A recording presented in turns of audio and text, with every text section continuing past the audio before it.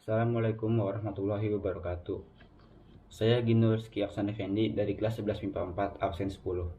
Di sini saya akan menjelaskan tentang bab muamalah.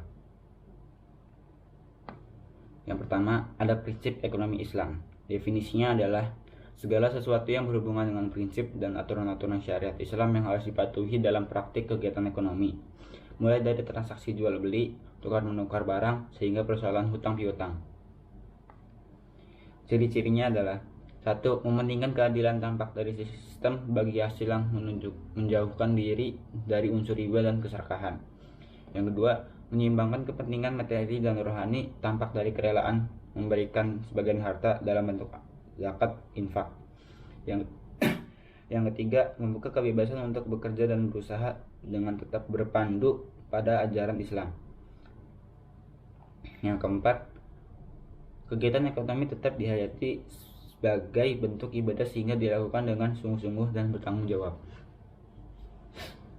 Tujuannya adalah: 1. Pemenuhan kebutuhan dasar manusia, yaitu papan, sandang, pangan, kesehatan, dan pendidikan untuk setiap lapisan masyarakat.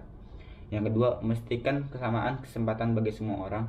Yang ketiga, mencegah terjadi pemusatan kekayaan dan meminimalkan ketimpangan dana, distribusi, pendapatan, dan kekayaan di masyarakat. Yang keempat, memastikan untuk setiap orang kebebasan untuk mematuhi nilai-nilai moral. Yang kelima, memastikan stabilitas dan juga pertumbuhan ekonomi. Contoh-contoh prinsip ekonomi Islam. 1. Menimbulkan kesenjangan sosial. Yang kedua, tidak bergantung kepada nasib yang tidak jelas. Yang tiga, mencari dan mengelola apa yang ada di muka bumi. Yang keempat, larangan ekonomi riba. Yang kelima, transaksi keuangan yang jelas dan tercatat.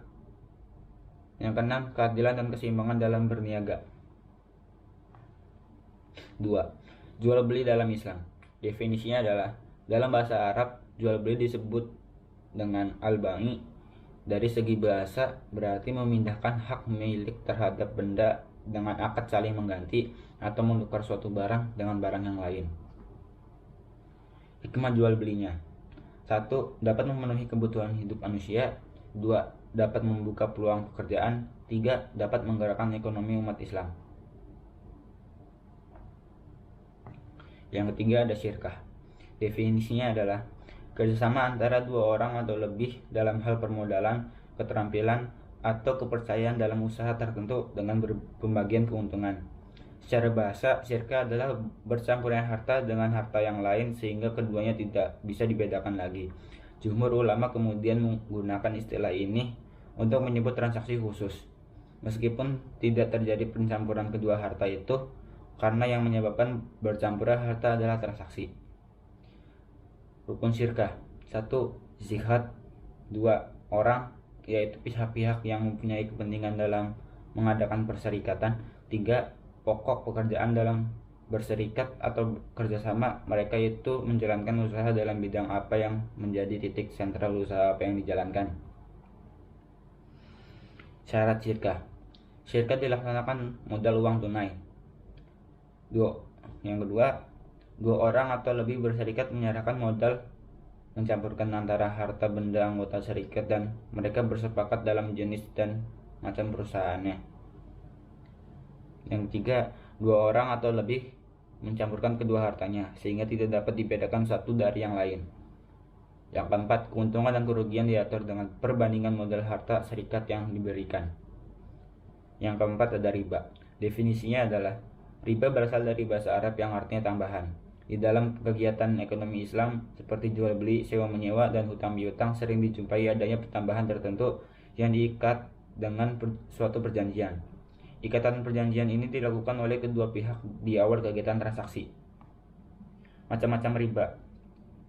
1. Ada riba fard, yaitu tukar menukar dua barang yang sama jenisnya dengan kualitas berbeda.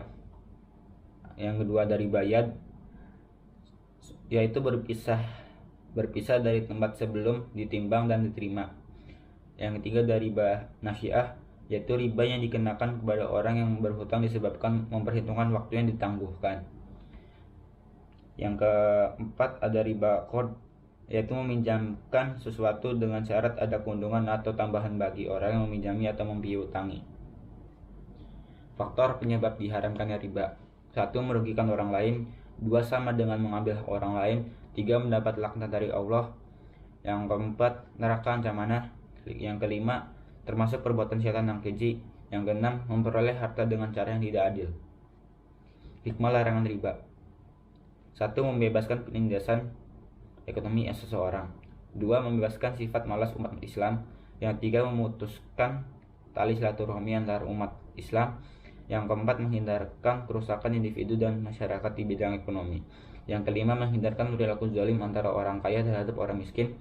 Yang keenam, membebaskan hilangnya sikap sosial orang. Yang ketujuh, menimbulkan kehancuran ekonomi umat Islam. Yang kelima, ada bank secara islami. Definisinya adalah suatu sistem perbankan yang pelaksanaannya berdasarkan syariat Islam. Secara istilah, pengertian bank syariah adalah lembaga keuangan yang kegiatan operasionalnya dan produknya menganut prinsip-prinsip Islam berlandaskan Al-Quran dan hadis. Tujuannya adalah 1. Mengarahkan kegiatan ekonomi untuk memuamalat secara Islam. 2. Untuk menciptakan suatu keadilan di bidang ekonomi. 3. Untuk meningkatkan kualitas hidup umat. Yang keempat, untuk menanggulangi masalah kemiskinan. Yang keenam, untuk menjaga stabilitas ekonomi dan moneter. Sekian dari saya. Sebelumnya mohon maaf bila ada salah kata. Wassalamualaikum warahmatullahi wabarakatuh.